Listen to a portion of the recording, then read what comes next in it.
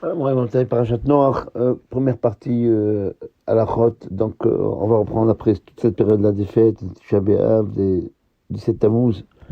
Voilà, on va continuer la suite des halachot de Birkat Kohanim qu'on n'a pas terminé, qu'on a dû parler d'abord des halachot concernant la période de fête et du côté de la Maravi, etc.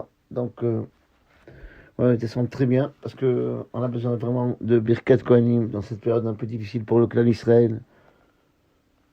Que Akadosh Baruch Hu fasse en sorte qu'il nous fait VSM les Shalom, qu'il nous fait toujours le Shalom et qu'on puisse trouver, parce que c'est ça notre aspiration, c'est ça, c'est ce qu'on veut. On termine toujours l'Amida par Amevarech et Amo Israël, Bashalom, béni Ibn Israël, Béchalom avec la paix. Voilà, c'est ce que tout le clan d'Israël recherche de Hashem, qu'on ait toujours le Shalom, qu'on ait la meilleure des brachot, la bracha de la tranquillité dans notre vie. Ne pas avoir du nachat de tout ce qu'on fait. Avoir chaque fois que l'on fait quelque chose, c'est bien de dire, comme dit Rabbi Yezer Papo, Vi Noam Hashem Elokeinu Alenu, que je retrouve agréable ce qu'on fait. Voilà, moi j'aime que je nous envoie cette Birkat Kohanim et qu'on ait tous ces brachot que les bénis Israël aspirent. Donc, lorsque le Shaliach Sibour, l'officiant, arrive à Ritzé, qui est donc la bracha de la Avoda, Avoda c'est le service du temple, chaque Kohen qui se trouve au Beth Knesset à la synagogue, il doit se déplacer de sa place pour monter sur l'estrade pour faire Birkat Kohanim. Ça dépend, il doit aller par exemple pour monter pour commencer Birkat Kohanim et de se préparer à cette bracha-là. Et a priori, il doit se déplacer au début de la bracha, de la bénédiction de Retzé. Et même si il n'arrive pas sur l'estrade jusqu'à la fin de la bracha de Modim, eh bien, c'est pas grave. Il peut même se déplacer au moment où la communauté répond Amen de la bénédiction de Retzé. Alors, dans le cas où il ne s'est pas déplacé, jusqu'à ce que le Chazan, l'officiant, commence la bracha de Modim, même si l'officiant n'a dit que le mot Modim seulement, et même dans le cas où c'est un cas de force majeure, c'est pas un Kohen qui était négligent, par exemple, il se trouvait jusqu'à ce moment-là dans la Hamida, donc il n'a pas pu se déplacer, eh bien c'est fini, il ne peut plus faire Birkat Kohanim. Mais, comme on l'a dit, si le Shaliach Sibour, l'officiant, a terminé à Machazir Shechinat Litzion, donc la bracha avant Modim, même si le Chazan il s'est arrêté un peu avant de commencer Modim, le Kohen a le droit de se déplacer pour faire Birkat Kohanim. La coutume, elle est que le Kohen qui fait Birkat Kohanim, il enlève les lanières, puisqu'on a fini le matin, de sur ses doigts, avant Birkat Kohanim, avant de se laver les mains, et il y a certains qui remettent les lanières à sa place juste après la Nitila, mais le bon minag, la bonne coutume, c'est de ne pas remettre les lanières à leur place jusqu'à après Birkat Kohanim, pour qu'il n'y a rien qui fait obstacle entre les doigts des Kohen, parce que c'est de là que va venir la bracha, que le Kohen reçoit pour les mettre au Bnei Israël. La plupart des poskim, des décisionnaires, demandent que chaque mitzvah qu'on fait, on doit se concentrer. C'est pourquoi c'est bien que, au moment où les Kohanim ils se déplacent pour faire Birkat Kohanim, ils doivent faire attention de penser qu'ils sont en train de faire une mitzvah de la Torah, de bénir les bénis Israël. Et il y a même certains qui rajoutent cette phrase-là, Areni Mouchan Umzuman, je suis prêt et disposé de faire la mitzvah positive de bénir les bénis Israël, Birkat Kohanim, comme la Torah nous a ordonné, Koteva Chod bénis Israël, Amor Lahem, ainsi tu béniras les enfants d'Israël, dis-leur, et d'après le Chayei Adam, toute personne qui fait une mitzvah qu'on n'aurait pas pu faire si la Torah nous avait donné. On ne pourrait pas deviner. C'est pas comme par exemple, Kibboud Avaim, le respect des parents, comme par exemple, donner la tzedaka à un pauvre, donner un peu d'argent à un pauvre. Donc nous, on aurait pu peut-être deviner, parce qu'on voit que ça se fait. C'est pour ça, d'ailleurs, en parenthèse, que tous ces mitzvot-là qui sont rationnels, que j'aurais pu trouver tout seul, on ne fait pas de bracha. Normalement, quelqu'un que son père lui demande un verre d'eau, il doit faire la bracha. Asher qui dit Shalom b'mitzvotav itzvanu al kibud avaim. Donc il doit bénir qu'il est en train de faire une mitzvah positive, de respecter ses parents, qui n'est pas la moindre des mitzvot. C'est une grande mitzvah. Or, on n'a pas l'habitude de faire. Pourquoi?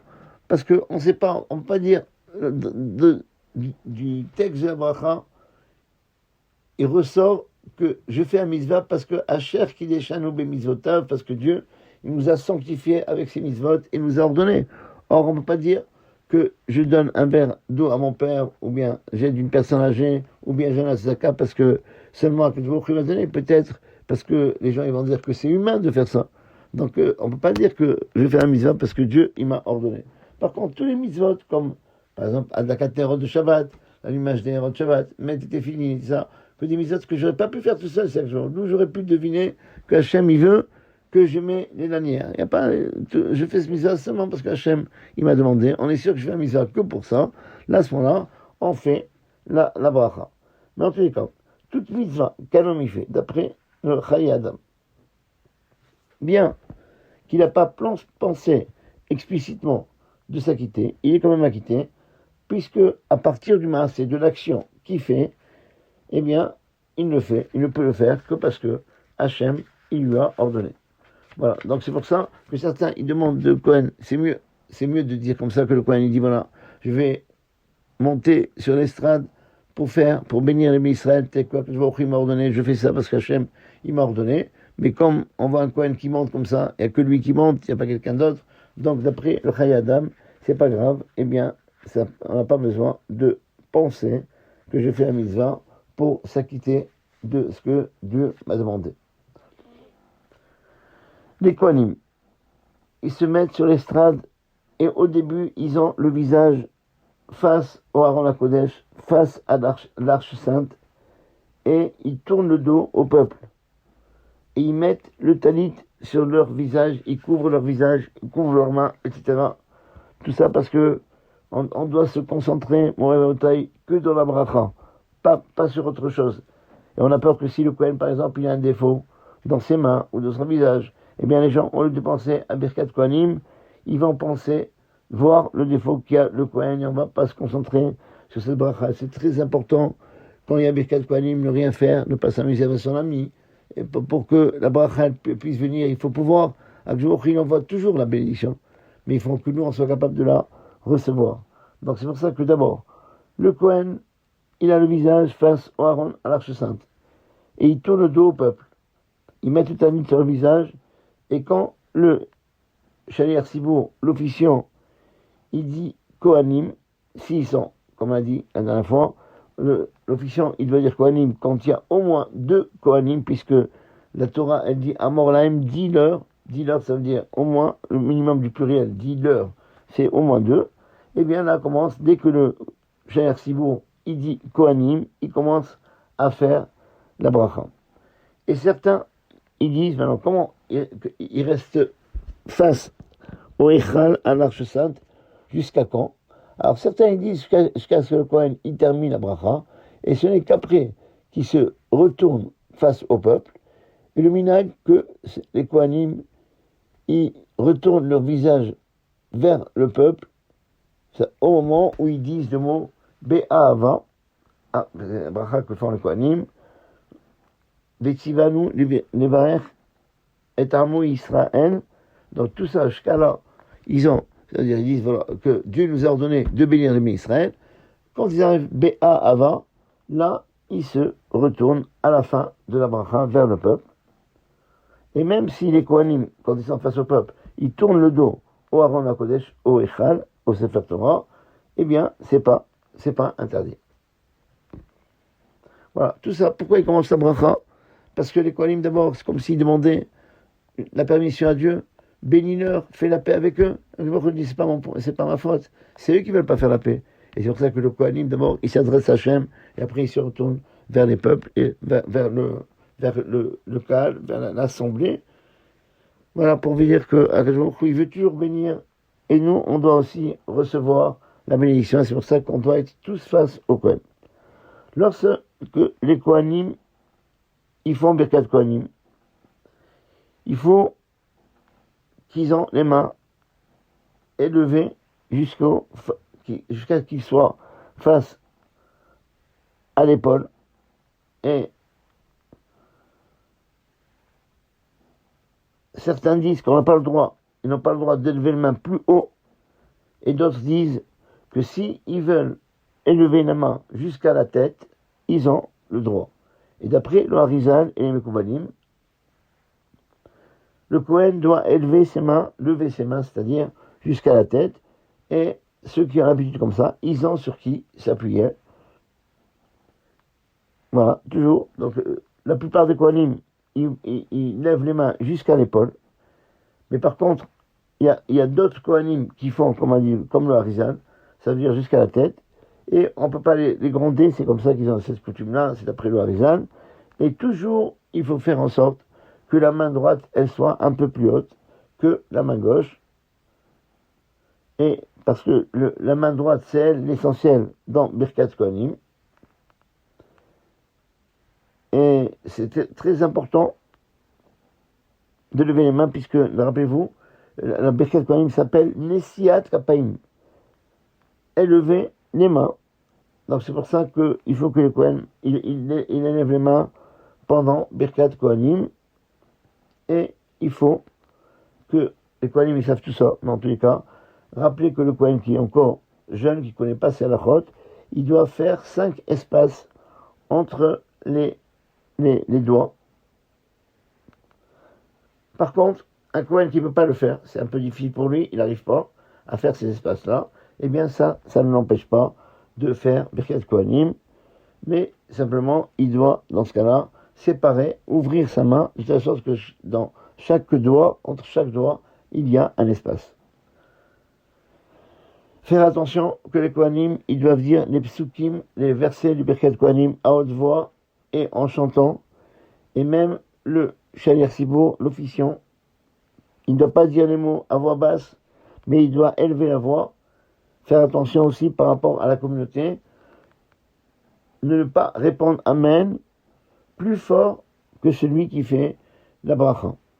Et c'est seulement dans le cas où on fait comme ça, c'est-à-dire on répond Amen plus fort que celui qui fait le Birkat Kohanim, hasardeusement, pour susciter la Kavanah.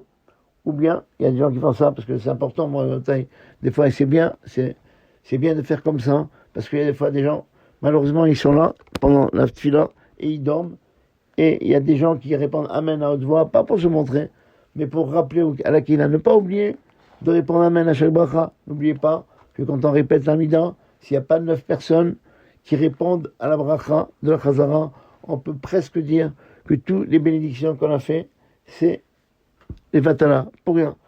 C'est pour ça qu'il y a certaines communautés qui veulent pas, ils ont une assemblée qui parle pendant la Chazara et que ils vont pas répondre, ils sont sûrs qu'ils vont pas répondre à la répétition.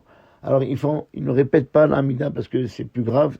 Voilà, mais Rav Yosef il dit quand on a un doute, quand on est sûr que les gens ne veulent pas répondre, il vaut même pas faire Chazara. Mais voilà.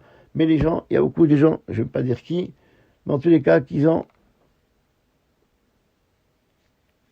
ils n'aiment pas faire la Chazara. Alors ils vont utiliser l'agréable, ils vont dire que les gens, peut-être ils vont pas répondre. Mais peut-être c'est pas une raison pour ne pas répéter la Hamida, parce que Rav Yosef a dit, dans le cas où on a un doute, alors on considère que toutes les bénis Israël, ils sont kshérim, ils ont la présomption de répondre. Simplement, s'il veut prendre une marge de sécurité, avant de commencer le Chazan, il vaut mieux faire comme ça, avant de commencer la Chazara, il dit voilà, si les gens ils répondent à la répétition de l'Amida, ce soit considéré comme une Chazara, une répétition. S'ils ne répondent pas, eh bien, c'est considéré, cette Chazara, cette répétition que je fais, soit considérée une filate, une prière de Nedava, d'offrande supplémentaire à Dieu, puisque, rappelez-vous que l'Amida, c'est par rapport aux korbanot qu'on offrait au Beth Amikdash. Et dans le Beth Amikdash, il y avait les korbanot, les sacrifices obligatoires payés par le peuple, que des shkalim qu'on donne, et il y avait des sacrifices que des gens amenaient pour dire merci à Dieu, ou bien parce qu'ils ont fait une faute, etc. Si quelqu'un il a le droit de faire un cadeau à Dieu, s'il est content, il veut amener un korban, il peut l'amener. Alors c'est pour ça que même la tefila c'est pareil. On peut normalement faire toute la journée des prières. On peut faire une amida derrière l'autre. Mais on ne fait pas. Pourquoi? Parce que on dit aujourd'hui que si on arrive, j'espère qu'on arrive à se concentrer à l'amida obligatoire. Et c'est pour ça qu'on ne fait pas. À moins que quand il y a un doute, il y a des choses qu'on a, on ne sait pas si on a fait ou non. Comme par exemple quelqu'un il se trouve le matin ou l'après-midi, il a fait, il sait pas, il se rappelle pas s'il a fait, il y a allé Viavo ou non. Puis d'après la lacha, il doit répéter. Alors, mais il y a une probabilité aussi qu'il ait fait l'amida. Alors c'est pour ça, pour ne pas faire une amida pour rien, il dit avant de commencer l'amida, par exemple, pour y aller vers vous, tous les cas où on doit refaire, avant de refaire dans le cas où il y a un doute, eh bien on dit voilà, si j'ai fait la amida, que si j'ai pas fait y aller vers vous, par exemple, j'ai pas mentionné Rosh Chodesh dans l'amida, puisqu'on doit répéter le matin, rappelez-vous, le matin seulement, le matin l'après-midi, eh bien, que cette amida soit considérée comme une amida obligatoire, mais si j'ai fait y aller via vous, j'ai mentionné, puisqu'il y a un doute, donc il y a deux cas probables, si j'ai mentionné y aller via vous dans l'amida, eh bien que cette amida que je fais soit considérée comme un cadeau qu'on fait de chaque fois.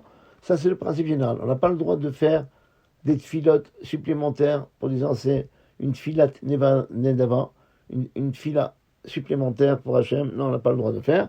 Mais si par contre quelqu'un il a un doute et que dans ce cas-là, il est obligé, quand il est obligé de refaire, eh bien il vaut mieux qu'il fasse cette condition. Si j'ai pas dit, eh bien je considérerai comme un bientoire, mais si j'ai fait déjà, que cette amida que je fais soit considérée comme un cadeau que je fais à Dieu. Il faut faire attention que les Kohanim ne doivent pas faire, il y a des gens des Kohanim qui savent très bien chanter, et donc, pendant Birkat Kohanim, ils changent les airs, ils font plusieurs airs, eh bien, il vaut mieux éviter, parce qu'on a peur qu'après, ils se troublent, et c'est pourquoi il faut faire, depuis le début jusqu'à la fin, qu'un seul air dans Birkat Kohanim. Et bon, vous savez que quand on se trompe dans une bracha, c'est grave. Il y avait un rav qui faisait une bracha malade, comme ça, la Gemara, dans le Talmud Brachot, on dit, et à la fin de sa bénédiction, il disait, celui-là, il va vivre, et celui-là, il va partir, il va mourir.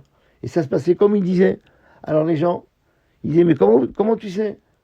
Tu es un navi, tu es un prophète? Et il répondait comme ça, Lo naviani, velo ben navi, je suis ni prophète, ni fils de prophète. Alors comment tu sais? Tout dépend de ma tfila. Si ma tfila, elle est limpide, elle sort d'une façon limpide de ma bouche, eh bien je sais qu'il va vivre. Mais si la tfila, elle sort pas facilement, eh bien, je sais que celui-là, il va partir. C'est pour ça qu'au moment taille, il faut faire attention de bien prononcer les mots dans la tefila, parce que quand c'est limpide, c'est un bon siman pour nous, mais quand c'est pas limpide, c'est pas un bon siman. C'est pour ça que quand on connaît pas bien l'amida, n'hésitez pas de prendre un livre et prier dans un livre. Donc, et surtout, à plus forte raison, dans le cas où on a la bracha, que si la bracha ne sort pas facilement de la bouche des Kohanim, eh bien, d'après, on a peur que, chas v'shalom, cette bracha, elle n'a pas d'effet. C'est pour ça qu'il ne faut pas que les personnes se trouvent. C'est pour ça qu'il ne doit pas faire plusieurs airs. Même si c'est des gens, le Kohen, c'est un chazan, c'est un officiant hors pair, et il jongle avec la musique, le minag, la lachane, elle dit que tu as le droit de faire un seul air dans le cas de Kohanim, depuis le début jusqu'à la fin. Quand les Kohanim, ils disent, Yevarechacha, Veishmerecha, Elecha, Vichunika, Elecha, Lecha, et le mot Shalom, voilà, dans tous ces mots-là, c'est facile à retenir. Donc les Kohanim doivent tourner leur visage au sud et au nord pour que la bracha, elle s'étende pas seulement face aux gens, par rapport aux gens qui sont en face d'eux, mais même les gens qui sont de côté. Pour retenir, c'est pas difficile, j'ai dit beaucoup de mots, mais ils sont pas obligés, les Kohanim, de retenir tous ces mots, c'est facile. Chaque fois qu'il y a un kaf final, voilà, le kaf final, ou bien s'il y a le mot shalom, et dans le mot shalom, le Kohen, il doit tourner son visage vers le sud et le nord pour que la bracha, elle se développe, pas seulement aux gens en face, mais de tous les côtés. Voilà, c'est pour ça qu'on fait, si vous voyez, tous les mots que j'ai dit, Yevarechacha, Beishmerecha, Elecha, Vichuneka, Elecha, Lecha, Shalom, vous voyez, c'est tous les mots dans Birkat Kohanim où il y a un cas final, et le mot Shalom.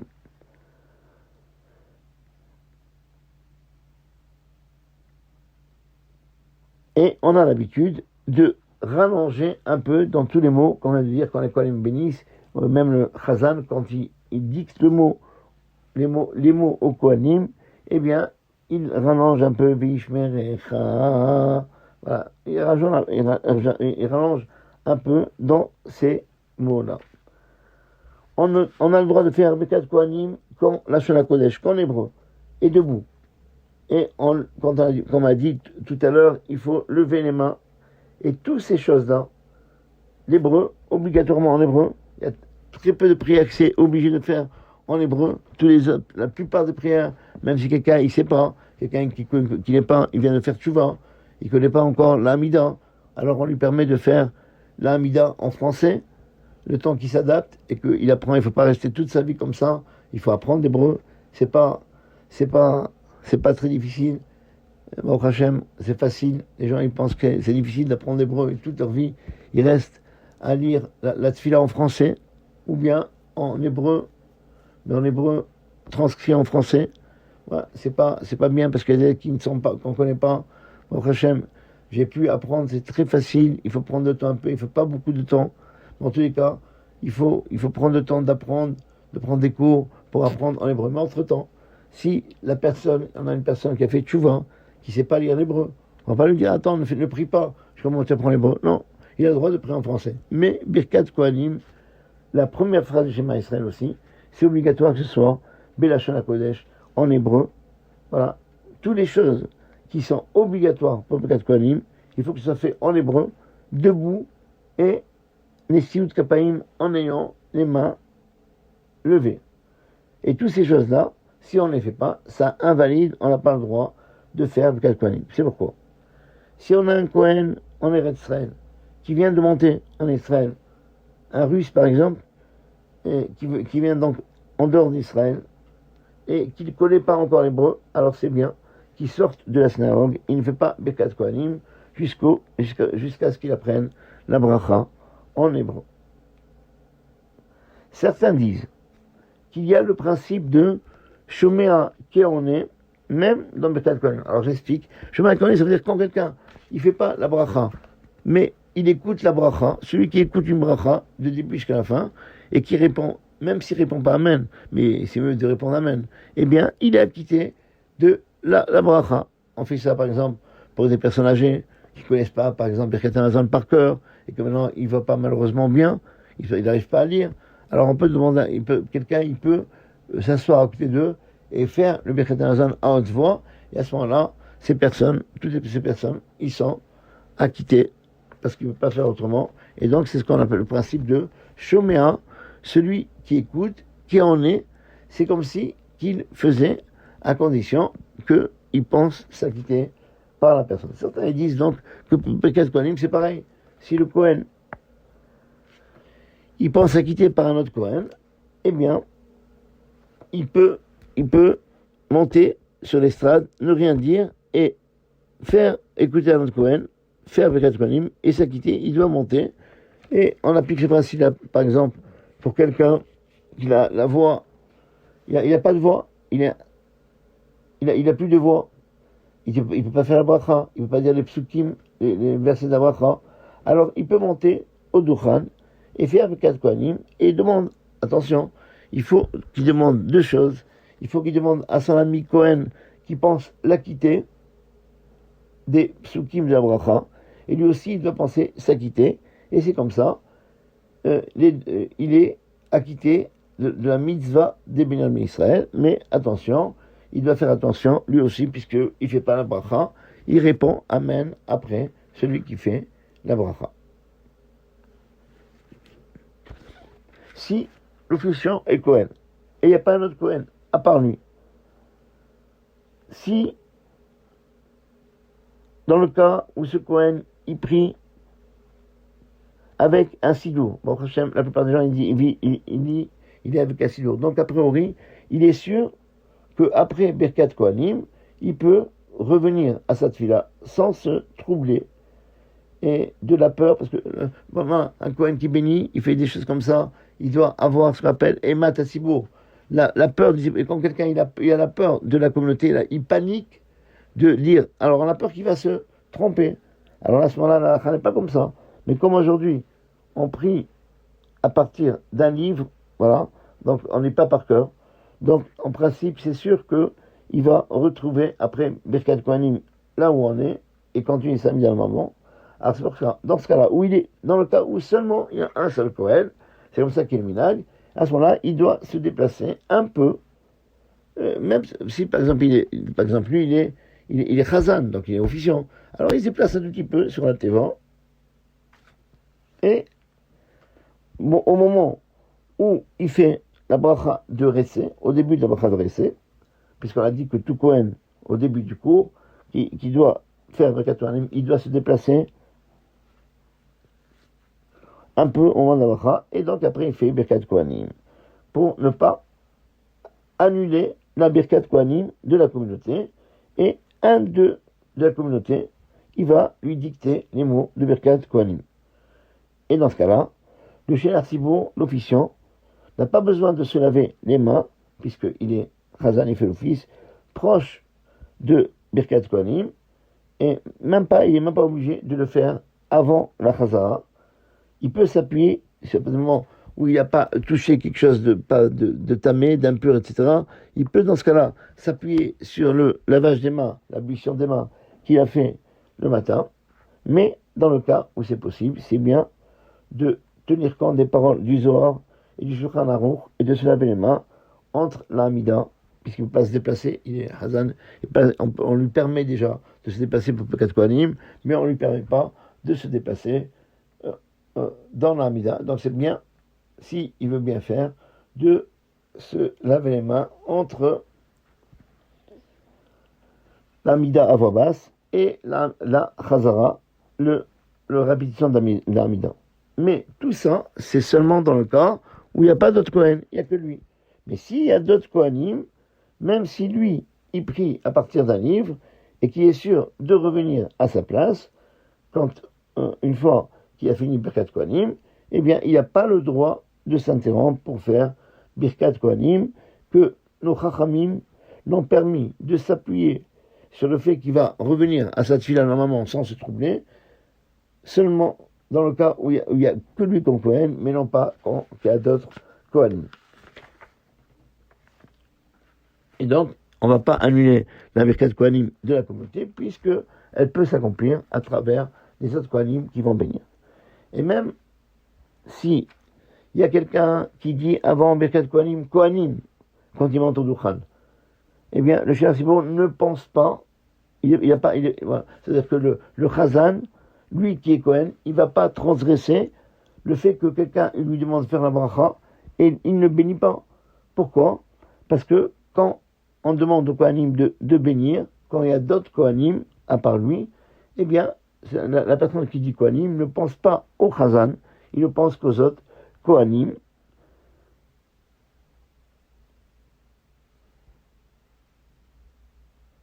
À moins qu'on se trouve par exemple dans une maison de personnes âgées, voilà, que quand les gens ils vont faire Birkat Kohanim et Kohanim, on ne va pas écouter leur voix, parce qu'une voix faible, dans ce cas-là, le Shliach Tzibur, il peut faire Birkat Kohanim, même s'il y a d'autres Kohanim. Voilà, ça c'est pour la première partie. Shabbat Shalom. On poursuivra, B'ezrat Hashem, le reste de Birkat Kohanim la semaine prochaine.